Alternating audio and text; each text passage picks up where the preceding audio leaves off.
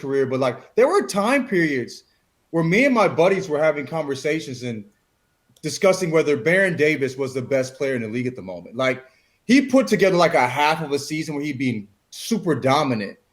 And then at some point, like he would get hurt or something. But I mean, he was so good and so much fun to watch. And it's going to be, it's like I said, like T-Mac, it's going to be hard to tell my kids, like, there was a point where we were wondering if it's going to be T-Mac or Kobe's league. And there was a point where BD was like, totally forget that. Right. And then we're talking about like there's a point when like BD was one of the best players. You heard Baron Davis, one of the best players in the league. What I'm saying, or was discussed as one of the best players in the league. And I'm like, that's so unfortunate about injuries where these guys can't really, who are so talented. And I think like Baron Davis was a point guard that could drop step and punch on somebody. You know what I mean? And he could also handle the ball. He could shoot. He could pass. He had it all. But it just didn't quite pan out like everybody knew it could if he was healthy. You know what it was? Well, also too, like there's he was one of those guys, and I love BD, who was just one step short of doing all the things that you needed to do to completely maximize your talent. Take care of your body, watch your diet, all that kind of stuff that contributed to it. Because he was that good without doing some of that stuff.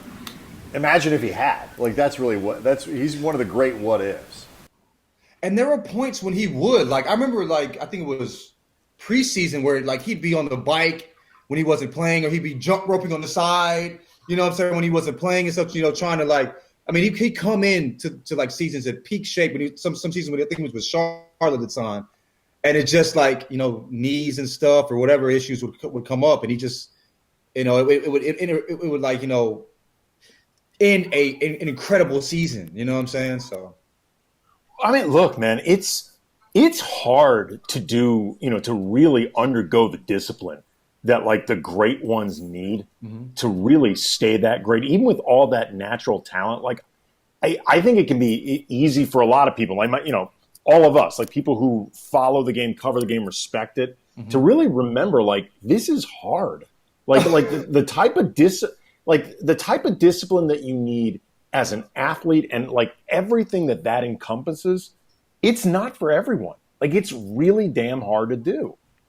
I mean, LeBron puts $1 million in his body a year. $1 million. Yeah. With the M. You know what I'm saying? Like, to stay healthy. Fairness, that is about the equivalent of like the $10 a month I spend at Planet But he actually uses. LeBron, right. Right. It's not that much money when you're LeBron. But I mean, to me, you know what I'm saying?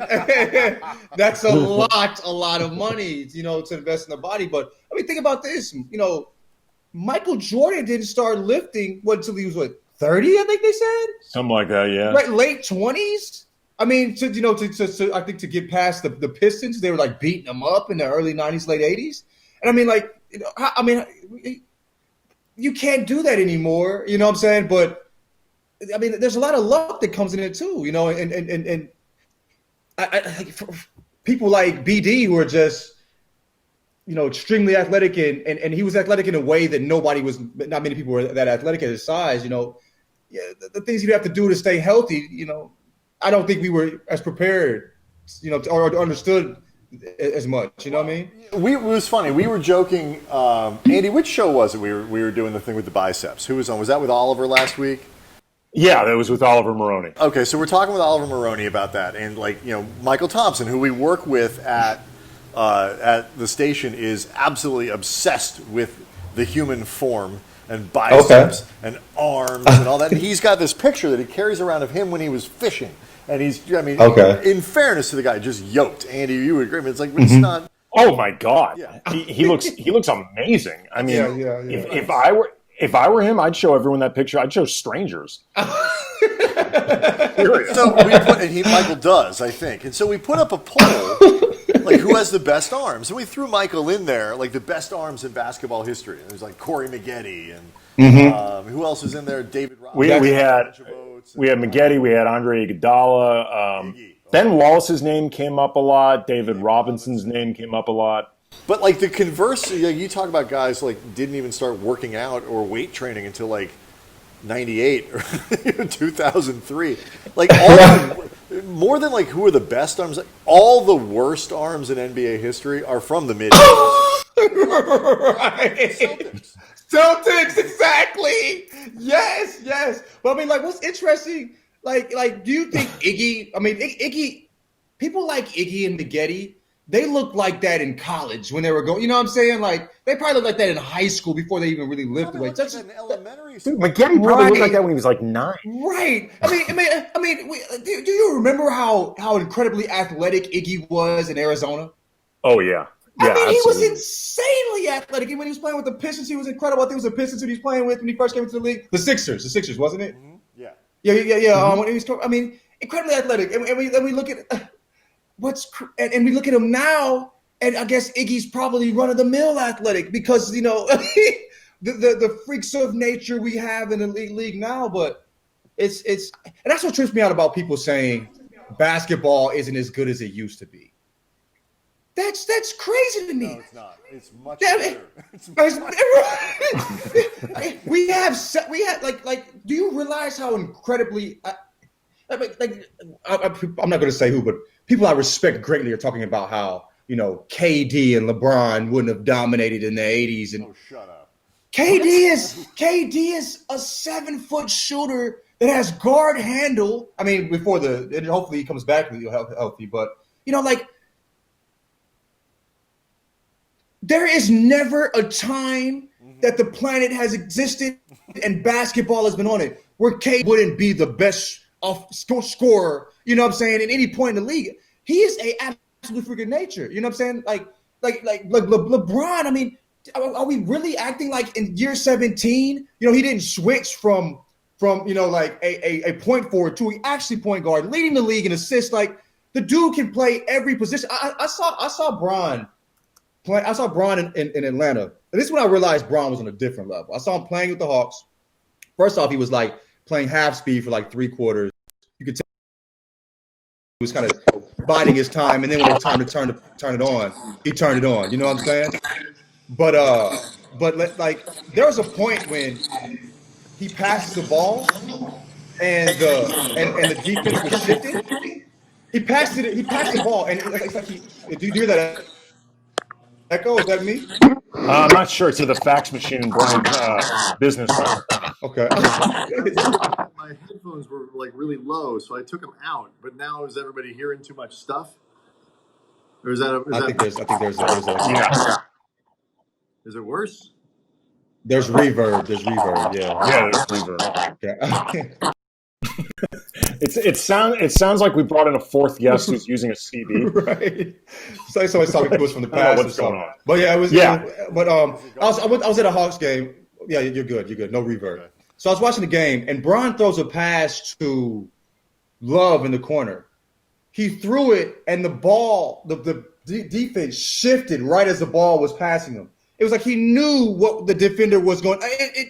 The way the guy approached the game is just crazy. And it was like, you'd think this guy who's physically, I mean, when he came into the league, we'd never seen anything like him. And also maybe the best basketball IQ or one of the top 5 basketball IQs we've ever seen would not dominate.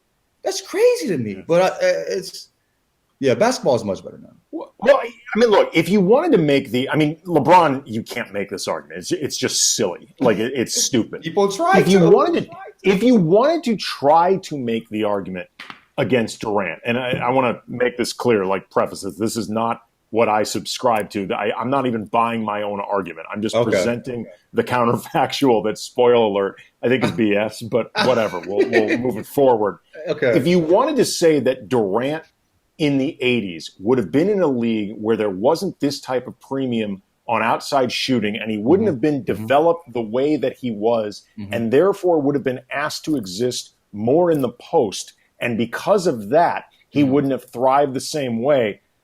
I'll hear this argument. I think it's kind of stupid. I mean, I think when you're that skilled, you figure something out. But if you're going to present this argument, at least give the reason why. Like, if your reason is they're soft, stop.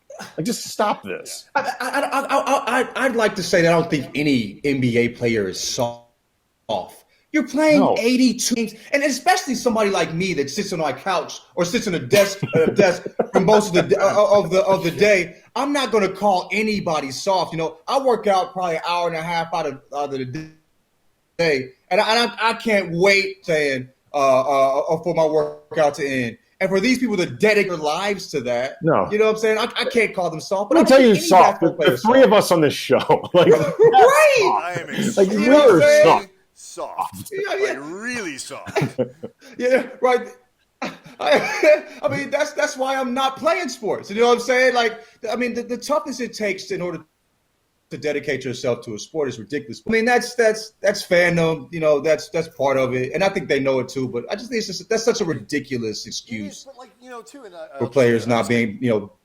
I'm just going to chew on my microphone here. Hopefully, it's loud enough. But one of the things that always drives me insane is like people, the game, like you said, LaJethro, the game is so much better. But go back and look at some of those great moments from The Last Dance.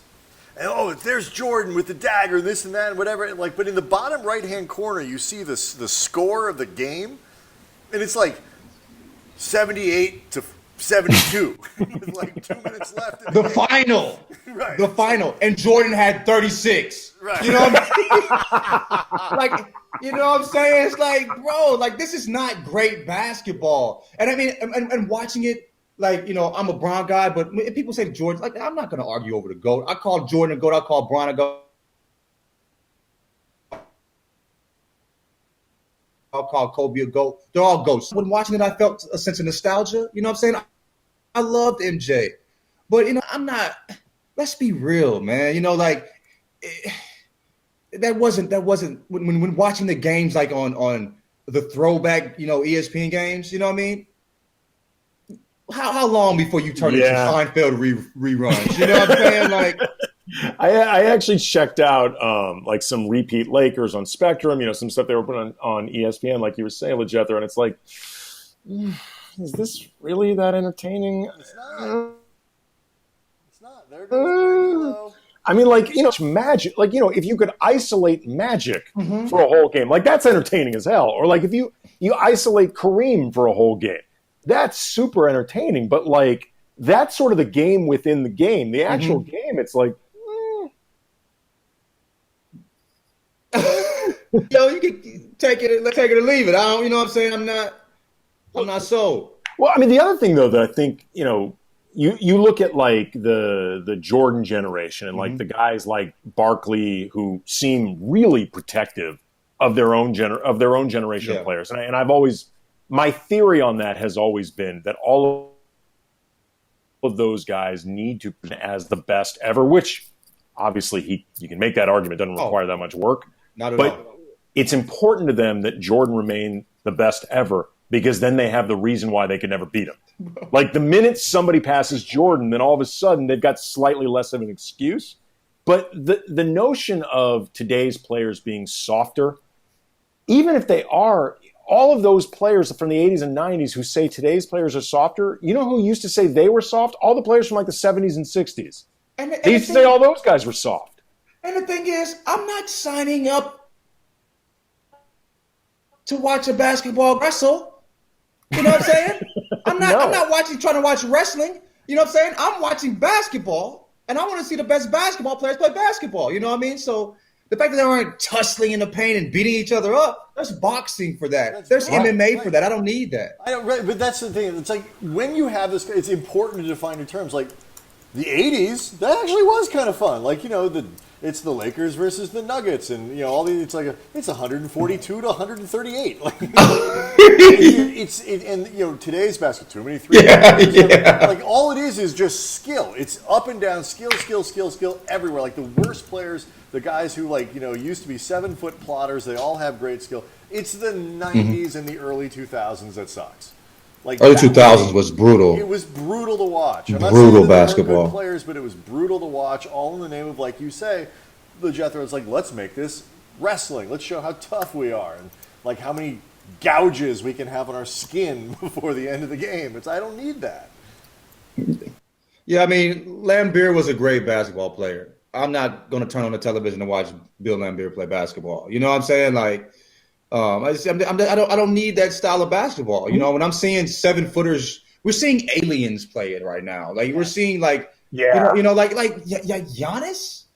What is a Giannis like? You know what I'm saying? I don't.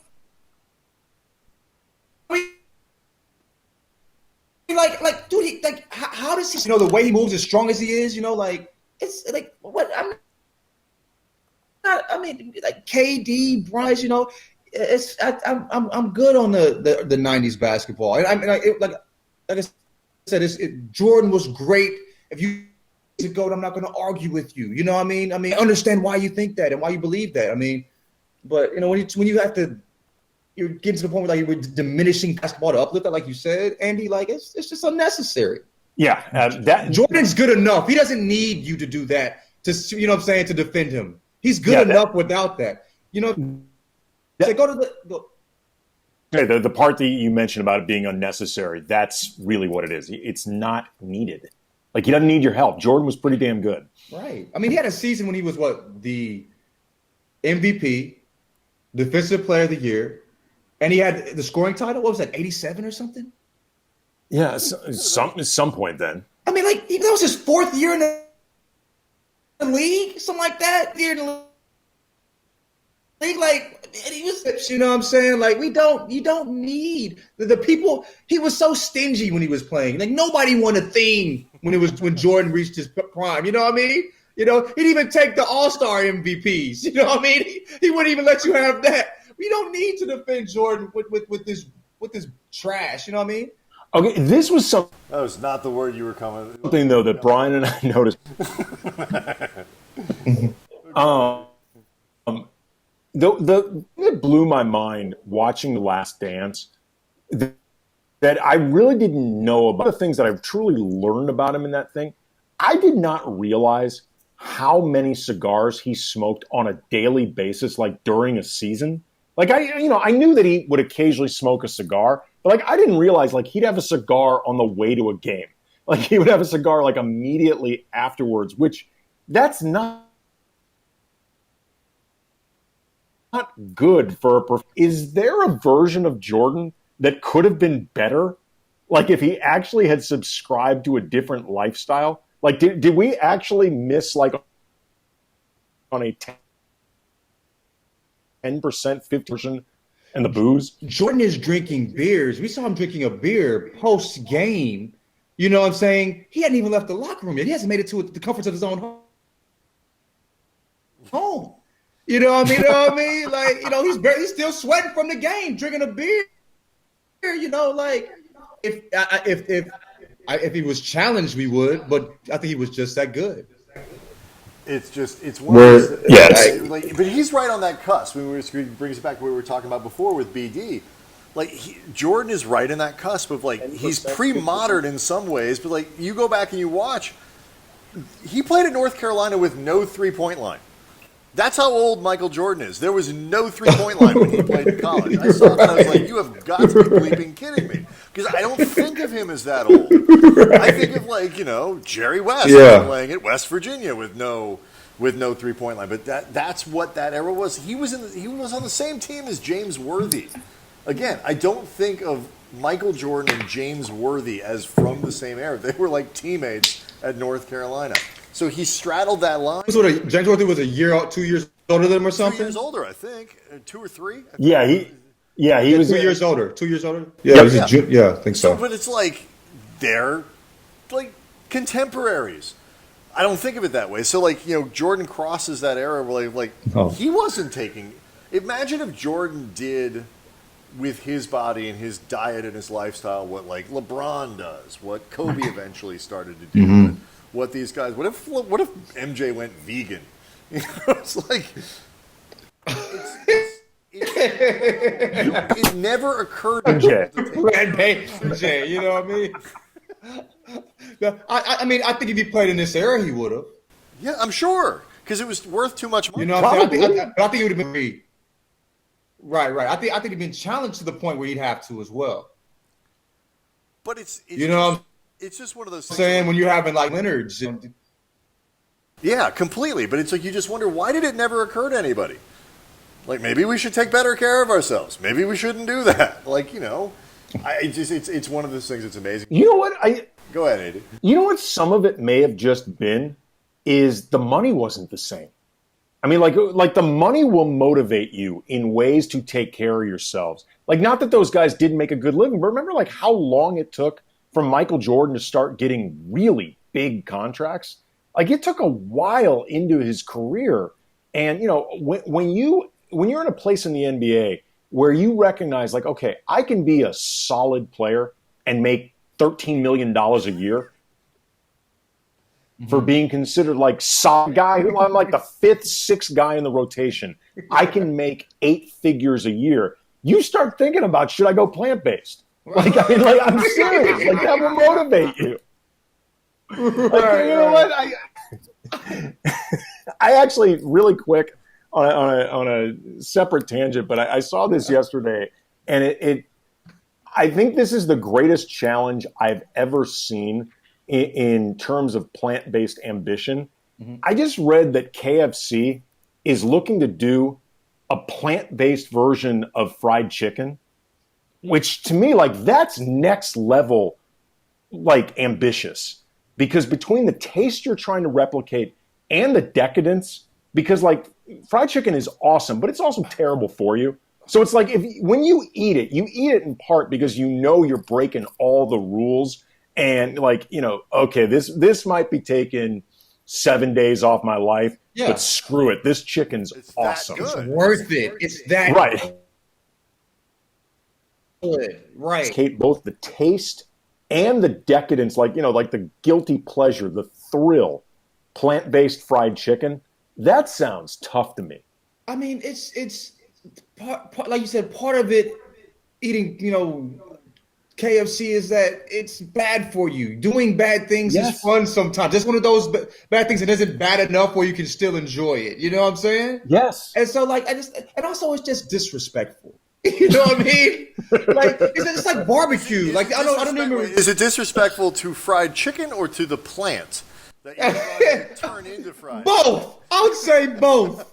You know what I mean? But I mean, like, it's like you know how they have like they'll have like the barbecue. The vegan barbecues where they're making like vegan ribs and stuff. I think Taylor Swift posted a pic and people were like just enraged online, and it made sense. You like barbecue fried. It's not part of. It's not made to be healthy. You know what I'm saying? Yeah. Like, it's not made for that. It's like when I eat a barbecue sandwich, I want the bread to be just sitting on the bottom and soaked in juices and meat. You know what I mean? Like, the unhealthiness.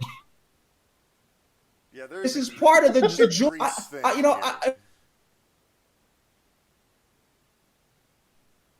I'll eat fish. You know what I'm saying? You know what I'm saying? Like, I'll eat a salad. The difference there. I eat a salad, even if I want that health, that healthy stuff. That's crazy. When I eat fried chicken, I want fried chicken. When I want barbecue, I'll eat barbecue. If I want something healthy, I'll eat something healthy. It's crazy. Don't tell me this is fried chicken, and it's not even chicken. You know what I mean? Like, I'm good on that. Yeah, I saw that and I was like, oh my God, like that's pretty damn gutsy. Like I kind of give them credit for even being willing to say, we'll try this. Like, my bigger question, though, Andy, is who's it for? Because, like, for example, like Taco Bell just freaked the bleep out of everyone because they took potatoes off their menu. And that was one of the good ways for vegetarians. I don't think vegans. It's still not vegan. But vegetarians to go eat. No, I think that's vegan. Potatoes are vegan. No, but I'm saying I think the rest of everything else. I don't think the rest of it. Like, you could be vegetarian and go to Taco Bell and eat all the potato stuff, and they had like 9 potato items. They took them all away. Who is going to KFC?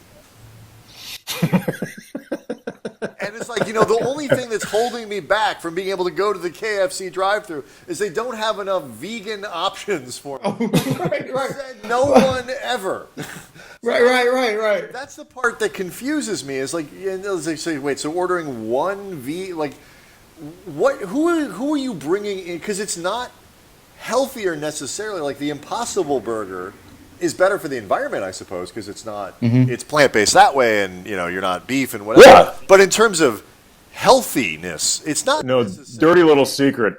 Not that healthy. No. a lot of them, No. they're not. But again, who's the audience? That's the part. Like I know, LaJethro, who the audience is for at-home liquor delivery, and it's people who want that because there's a pandemic going on. Right. You don't want to be going out just because you need a bottle of vodka or tea Yeah. or something like that. So what you do is you order vsliquor.com and you have it delivered right to your door. And if it's your first, have you ever ordered from vsliquor.com? No, I need to though. I'm a whiskey man, and I Percent off your first order when you put sports into the checkout. Like that's something that everybody understands and can use. Vegan fried chicken, I'm not so sure. I mean, Godspeed. I wish them luck, but I just don't know. It speaks to more than anything, probably.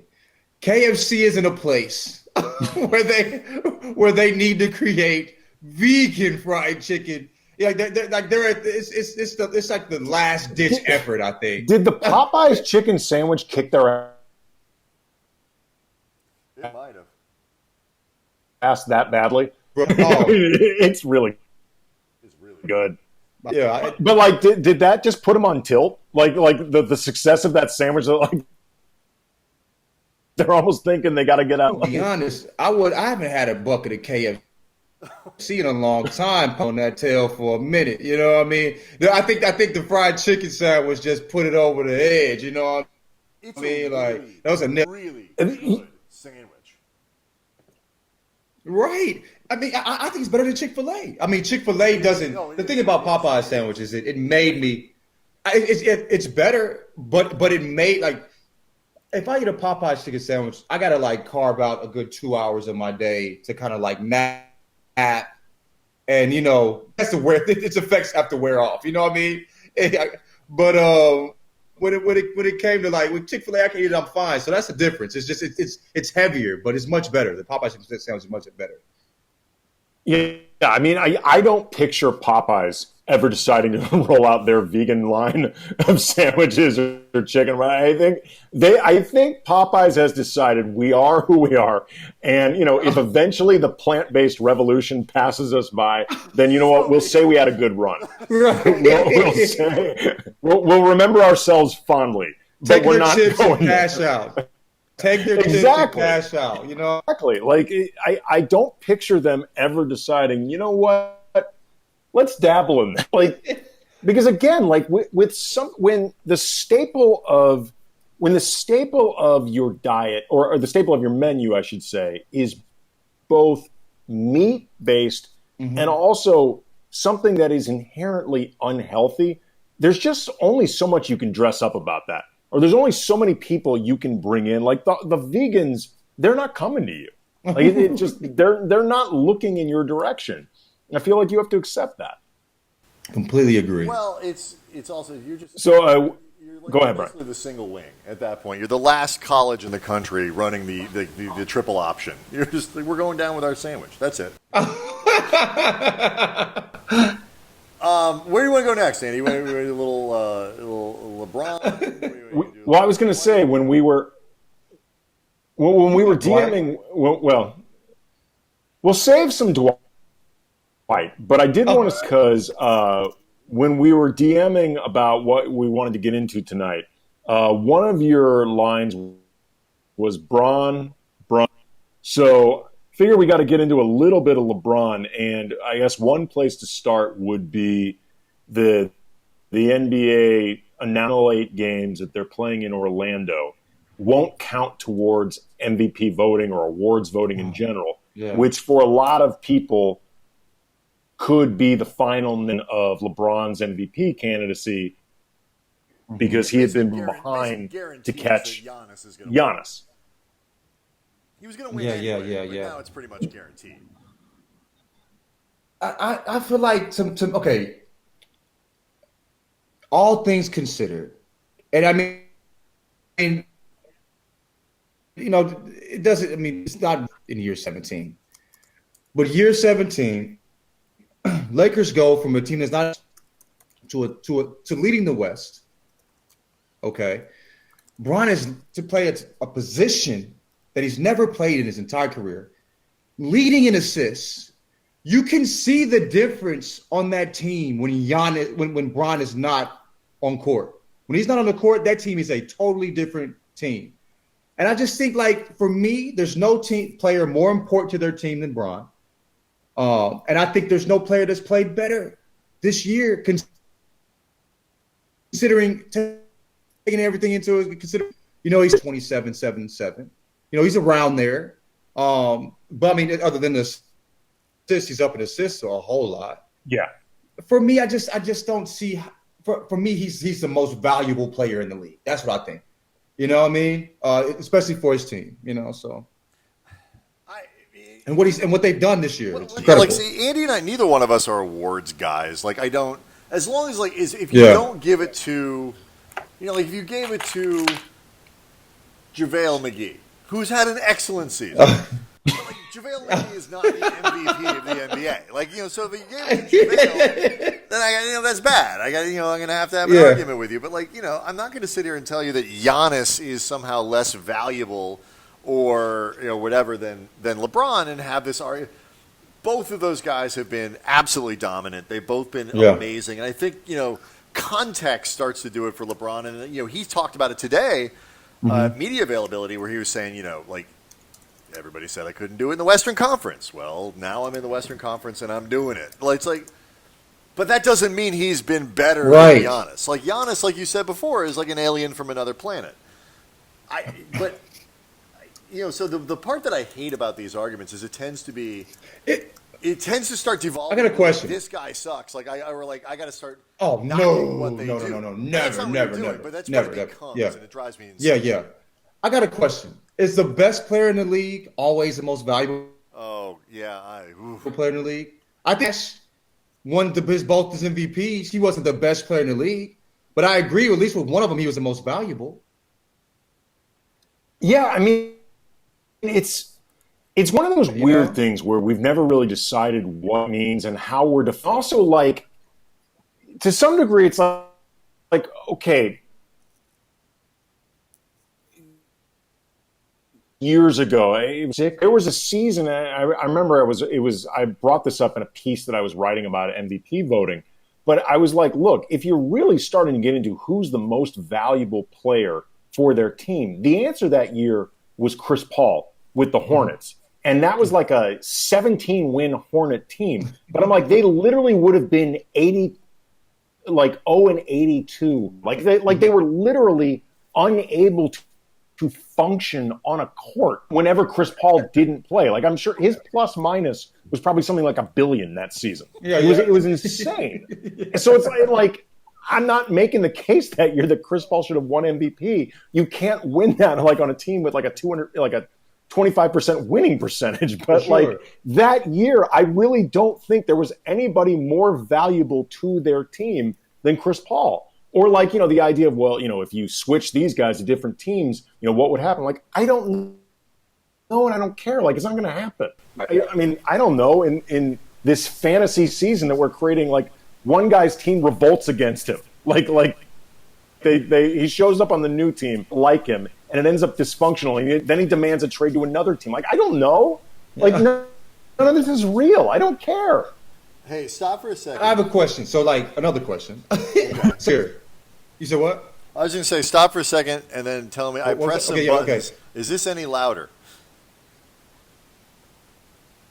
A little bit? Yeah, yes. I hear you. Yeah. All right. Yes, See, I was pressing buttons there. Excellent. It made a difference. Yes, much. Much. All right, good. Okay, there you go. Okay. Did you press the volume button? No. I went deep into the heart of this thing, and I found settings where you have to increase your decibel levels. I mean, I was investigating. I was doing some work over here. I am what was the question, proud of myself. Okay, so carry on. Okay, that's all good. So last year, Giannis won the MVP, and to me, Harden had a better season. You know what I mean? I don't necessarily think they got it wrong, but how do you decide with that as well? You know what I'm saying? Where the things that Harden did were incredible. There were time periods where they were top 4 in the West, and everybody was hurt. And the only, and it hard. I mean, he was it was Harden and PJ Tucker. And PJ Tucker's what he's going to give you offensively, you know what I'm saying, against the best in the West. And he's winning big games against the Warriors and stuff by himself or whatever. And, you know, they still give it to Giannis. And it's like, you know, it doesn't – Giannis had a great season. He's incredible. I think Giannis is the best player in the league. But did he have the best season? You know, he's the most valuable? I don't know. And I don't think so. But if you give it to Giannis, I mean, you can't get that wrong by giving it to Giannis. He's Giannis, you know. You know, I think a lot of these, I think ultimately, don't you agree? Like, they do it so that nobody ever defines the value versus best thing, so that you can use either one depending on which one you need in any given year. Like, you want to give it to the person you want to give it to, and so you want to have the ability to have either avenue available. And I say this as somebody who's never going to be allowed to vote on one of these things. So. Me too. I think it's really interesting though with LeBron. I mean, like if you really break down the stats, I think overall Giannis's are more impressive. But if you're looking to make the purely statistical, I think closer to pure basketball argument, it's probably going to come out in favor of Giannis. It's about he's got no as Anthony Davis. He's got a deeper team. Yeah, I think he actually has more talent on his team. No question. No question. You know, really drives a lot of success. Oh no, where did everybody go? When you start getting into something that tells the story of LeBron this year, like, you know, the stuff that the Lakers went through, or having to deal with leadership that LeBron showed this year, and really getting everybody on the same page, and like that immediate buy-in that he gave to undercut a lot of the noise and, you know, a lot of the issues, you know, with Frank Vogel, transparent 16. Vogel's been terrific. And then they have Kid as you know, assistant, and there's supposed to be something there going on, all that up. Right, and like those type of things with LeBron, and in a lot of ways, this comes down to those sort of ancillary exterior elements matter to you. You know, as a voter, as somebody who watches the game closely, hard to quantify, and you don't want to feel like you're penalizing Giannis for his team, you know, having fewer issues to overcome. But that's really impressive stuff by LeBron. I agree, but like going back to Steve Nash, I'm not, you know, I love Steve Nash. He's one of my favorite players to actually watch. But I think the years that he won, like 14 points a game or 16 during the regular season, you can't just go off of stats. I mean, he was a 50, 40, 90 guy. So, I mean, incredible, you know, like as far as pure basketball, he's great. But I think Kobe averaged like 29 one of those seasons, like, you know, and it was, you know, like it's so off of pure. I mean, I would agree. We got it wrong. I think when you add that, we got it wrong in 2006 with Kobe. Okay. Like, honestly, I think in retrospect, like the stuff Kobe was doing was and I'll admit, I'm somebody who missed, I think, really. I knew how great Kobe was. Brian and I covered that season. And, you know, I remember writing at the time that Kobe, you know, if you voted for him, it's obviously nothing wrong with that. He's clearly deserving. But I think I really missed in the moment just how deserving he was. He like what he's doing normalized things that were freakish. Like, you know, and it wasn't until like Harden started. Like Harden did it this year. It was like, James Harden with his 11th 50-point game, like how you get to the point where Kobe had like, what'd Kobe have? Oh, he only had 36 the other night. Taking the night off, was he? I think, I mean, you know? Right. I think I think Harden had last year. Harden had, I think, was it 11 50-point or plus games? 11. I think he had 60 close to 60 twice. I mean, and he's not the didn't have the best season that year. There's nothing but MVP. I don't get that. But yeah, in that 2006 season, Kobe was absolutely insane. There were periods like if Kobe didn't get 30, and that's the same way we thought of Jordan. I remember as a kid when Jordan didn't get 30, if Jordan got 28, that was a bad game. Yeah. Yeah. It was like, it was 26 for Jordan was like, ugh. You know what I mean? Well, I mean, he's probably, when you average like 28 a game, like 28 points becomes average. Yeah, like yeah. That's literally. Literally by definition. That's like right. Oh, well, like Brian and I, we were at 81 because, we cover the team. We were there, and nobody saw that but people that were local. Well, no, I know. And you're so lucky to have seen that, man. But like, what was crazy about it is at the game,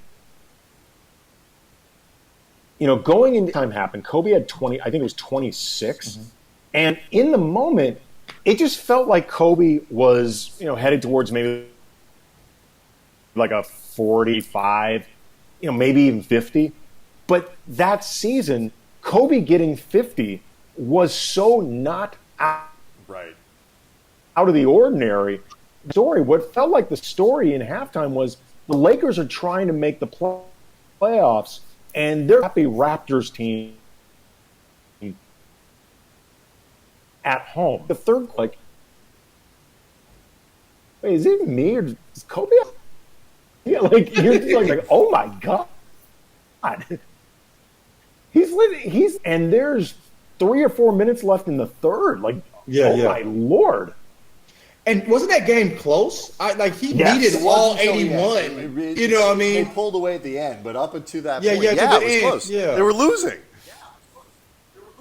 Yeah, and he was fighting that game. You know what I mean? But well, did you just end 81? What was awesome was Smush's saltiness that not enough people paid attention to his contribution. I'm not even kidding. Wait, what? Can you explain this to me? This is what?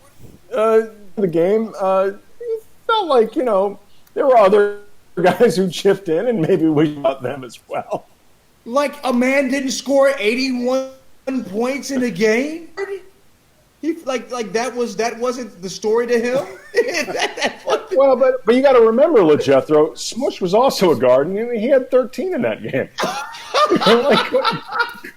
He and Kobe combined. Kobe didn't do this points. himself. To his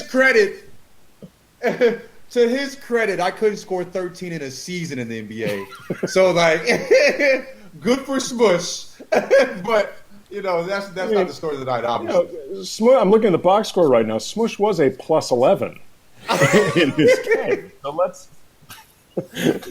that's worthy of a high five. Let's completely overlook what the man brought to I mean, granted, it's pre-analytics, so nobody was really paying attention to that at the time. Yeah, right. What was Smush's VORP in that game? what was his net rating? Okay, I'm looking right now. Smush in that game. Wow. Kobe, I'm looking at the basketball reference box score. Yeah. Kobe scored plus minus 33.6. The next closest to him was Chris Mim at 1.9. And what's crazy, I forgot Chris Mim existed. Kobe's offensive rating in this game, 150.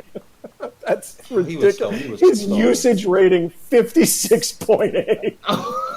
The next closest was, of course, it was. Why don't you pass the ball, the Brian?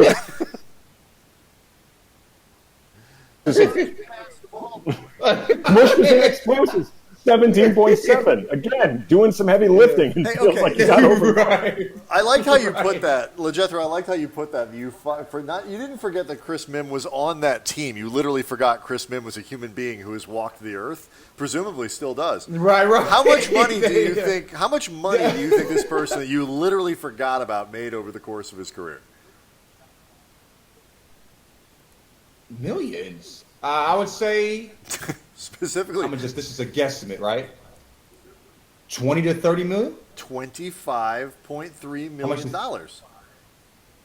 That's pretty good. Not bad, but I would love to make 25 for a man to forget that I existed. Please. I'd actually prefer the 25 mil than you forget I existed. Oh, you know what I mean?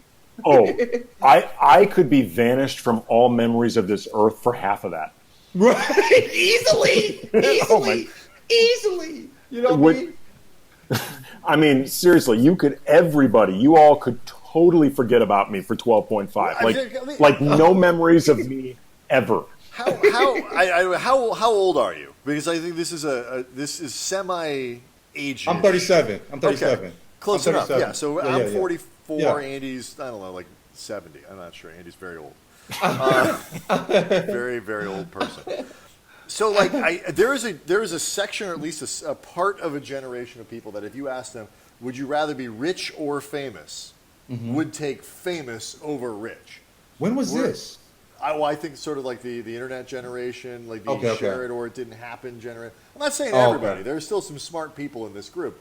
But, like, as you get older, I think, everybody would be like, of course rich. Like, who would... Famous isn't that cool. Rich is great. Like, that's fine. But, I mean, fame is not necessarily all that it's... I'll be honest with you. Fame scares the hell out of me.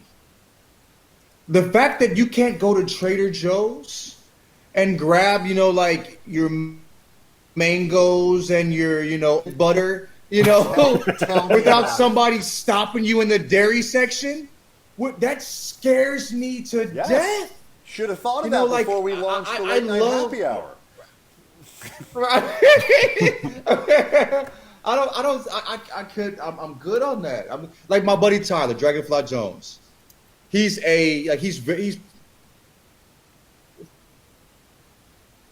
for the most part he's a bottle of is his avatar. Follow him. He's a great follow. I didn't know that was his name until you just said it. I looked it up. I had no idea. I actually looked it up the other day. and he preferred that, and I get it. You know what I'm saying? Like, it makes fame to me is a scary thought. Just give me the money. I was a little disappointed because I hoped his parents named him Dragonfly. I was like that would have been cool. I would have liked that. Yeah, I mean, my name is John. Like when I tell people my name is John, they're like I have homegirls names LaJethro. I can't believe your name is John. No, it's John. It's the most common name on the planet. Not on the planet, at least the American name. You know what I'm saying? So. Well, that's what. That was fun. Yeah, but I mean, it's not. Andy and I had a long conversation. It's like, we've had Josiah on, and we watched Dunkbait and all this other stuff, and like, it's really great stuff. You're a great follow on Twitter, all this other stuff, and I was like, I know that's not his actual name. So part of the reason it took not at all. My mom loves me way more than that. Right. Part of the reason it took a few extra weeks to reach out is like, I don't know what to call him when we DM. Like, I need to find out his real name first, because I'm not just going to DM without like doing the basic research and the showing the respect of at least finding out what your actual name is first. And I just didn't get to it. I was busy. Unless it's one of those things where that literally everybody calls you by the equivalent of the same name. We've had Flea on our show a few times. We call him Flea because everybody calls him Flea. His wife. Like I don't know if anybody. You know what I mean? Right. I don't know if anybody outside of like immediate longtime family calls him Michael. Like maybe they do. I have no idea. I just know I've never heard anybody refer to him that way at all. Like it's all Flea. So like in that sense, like okay, like I feel comfortable referring to him as Flea.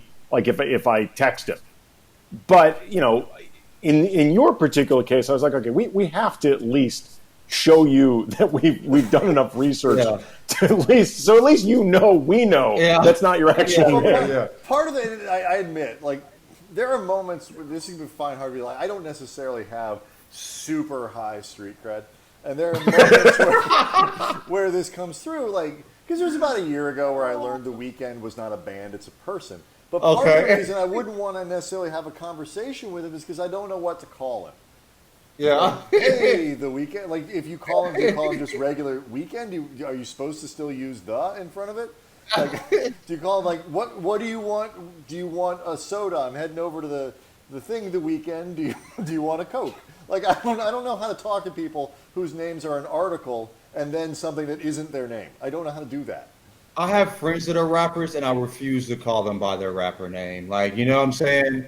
I just, you know what I'm saying? It's just no way. You know what I mean?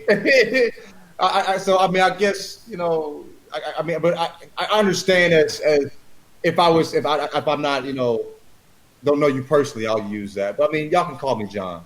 It's all good. There you go. You know what I'm saying? Can you tell the Florida story, Brian? Andy loves the Florida Please, story. I love this. All right, so in fairness, and I will defend myself here. You call it Flow Rider, Florida? Yes! Yes! We're driving because the hyphen was very, very small. It was a very small hyphen. I didn't see it. And so we're driving along with my wife, and I just look at the billboard, and I'm looking up, and I said, "Who's Florida?" And she was just like, "You have got to be bleeping kidding." So your wife was even like, so she. I mean, she is frequently appalled. It's like it's normal. But Right. yeah, no, I mean, That is great. again, but I knew who Flo Rida was. It's not like the weekend where I didn't think. Yeah, I yeah. thought like I didn't think Flo Rida was like a bunch of like 12 guys. Yeah. I thought the weekend. I mean, to be perfectly honest, I thought the weekend initially was like a bunch of like really popular with suburban college white kids white band. Like, So they're like Alien Ant Farm or something like that? kind of. It's But like the I Weeknd, do you know? think that is the demo. I don't really know a lot of people that listen to The Weeknd outside of that demo. But Just, they're doesn't like it people sound like a poppy white band? right? People, I mean, people compare him to Prince. They'll say he's this generation's Prince. I'm like, No, he's no, not. nobody's any generation's Prince. No. other than Prince. You know what I mean? Yeah, Like, that's. only Prince is Prince. Are you kidding me? He might be the best artist like ever. One of the best artists ever. Not the Yeah, I mean, like, I'm trying to think of people who've. I mean, and I don't dislike The Weeknd. I'm just saying, like, I just don't think that comparison makes any sense. crazy. Yeah, That's just Like- Yeah, bad. like I'm I trying to don't think. care how the kids think. They might say you're old. I'm an old man. I don't Fine, care. whatever. I'll be old. I'll you know also what? be right. You know what? I'm old enough to remember how awesome Prince was. That's how old I am. Right. You can bring up Stevie and talk about Prince, but you need to keep The Weeknd. You feel me? Like y'all Like- can have that conversation. The closest I'm trying to think, like D'Angelo, I remember used to get some of those comparisons, D'Angelo. Oh man. and I really like D'Angelo. But first of all, you got to be more prolific than him if you're going to get the Prince comparison. Like, I get it. But D'Angelo also has my favorite album of all time. which one? Voodoo. Voodoo's awesome. My Voodoo's favorite. I fantastic. mean, I remember playing Resident Evil 2 in like 99. You know what I'm saying? Listening to Voodoo. At all times, I was playing that out. That CD was so good. I've always found him super fascinating. Like, Brian and I actually, for like 2 or 3 years, where we were mailing a publicist of his, and like it took us a while just to track down who this person was, trying to get him on our ESPN podcast. And I mean, we barely would get these emails even returned. Yeah, but yeah. like he's had such this weird career, you know, where like D'Angelo's publicists return Every emails album about as is like- frequently as he actually makes albums. It's like it's basically the same thing. I mean, like, you know, Brown Sugar comes out, and then I think it's, you know, what, 4 or 5 years Sugar. Like the most recent album comes out like 10 years Yeah, later. and, like, it seemed like he dropped off the planet, and like I know he had some substance abuse issues, and he had other stuff. But like, sort of what was going on with him, and like, just kind of dropped off, and then like knowing that he became so uncomfortable with the whole sex symbol thing, Which Yeah. I understand. I and said like, you know, like really, You struggle with that yourself? that was not a laugh But, like- line. That was not a laugh line. I'm sorry. But like, My bad. He's among the few that I ever thought of. Like, well, I didn't think he'd ever be as great as Prince. I mean, like for me, like nobody can touch Prince. Yeah. But like somebody that would at least maybe find some type of Prince route, just because he was clearly so talented and he played a lot of the stuff himself. But his music is so timeless and so good that people like Beyonce, Stan D'Angelo. Yeah. Or like, your favorite artist. He's your favorite artist, literally. Mm-hmm. You know what I'm saying? Like, but like, so I mean, I still listen to Voodoo, and I feel it those certain albums or songs or even movies. Listen to it, and you smell the smells you smell. That from back in, like I'm like the Sense memory. Right? Yeah, I'm smelling Curve cologne when I'm or Polo, when I'm listening to D'Angelo. That's the type of music he makes where it's you're sucked into like a black hole, and you come out in 96 or 98 the album drop. You know what I mean? So that's how great his music is, and it's still just as good. I mean, he didn't change the style much in that 10 years. And the album slapped just as good with the most recent one. So yeah, Black Messiah. And it's it's really good. Go ahead. No. No, I was just going to say. I'm not going to pretend. I'm willing to bet both of you guys are have a deeper R&B knowledge than I do. I'm a good, but I'm like not an expert. Mm-hmm. But like, he is a bridge to what I consider to be really good R&B, because what I think is considered R&B now, and again, not to sound like an old man, I think is generally crap. That's the thing, though. Radio R&B is garbage. Yes. When you dive into R&B, there are some. They just don't get the type of love. There are some dudes out there. That no question. Like these more. Yes, but the thing actually, I want to mention this about music though. Also, just like I think just so much of the industry has changed now. Mm-hmm. Like the ability to create the type of career that Prince had. Like, forget the talent that's required and the creativity and the prodigy and all that. Like the actual ability to try to what he did possible now, the way the industry works. Like you don't get that type of space to create full albums the way that you do, and like really to focus on the album and the way stuff gets consumed now. Like it would be, with all acknowledgement of just how untouchable Prince is, anybody looking to touch him at this point, anybody looking to touch career advantage, I think just the way the industry works now. There's too much analytics involved in the creation. Mm-hmm. You know what I mean? Like, you want it at a particular speed. You know what I mean? You want the hook to be a particular sound or a particular place. Like, Prince did what he wanted. He was a true creator, true artist, and he was allowed that space. Now there's so much analytics where we need this type of song on the album, we need that type of song on the album.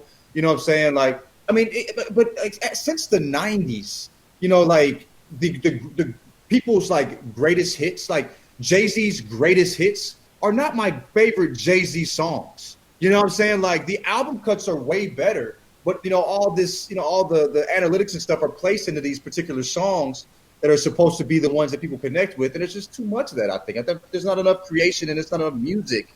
There's not focused on the music. You're focused on the process and how people. The science of people's, brains and stuff now. It's crazy.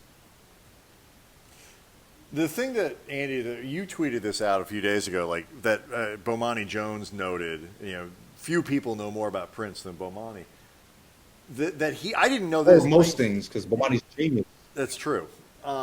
He sat on I Could Never Take the Place of Your Man for 7 years before putting that out? Like, he had so much good music.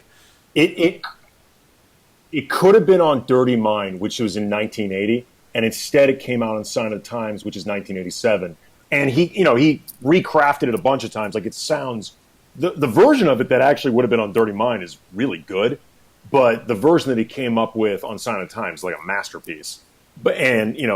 he clearly kept working on it. But like Bomani said, like, you have to have serious confidence in your catalog to say, you know what, this can wait. Right. I'm going to be all right. Like, I smash hit can wait. You know what I mean?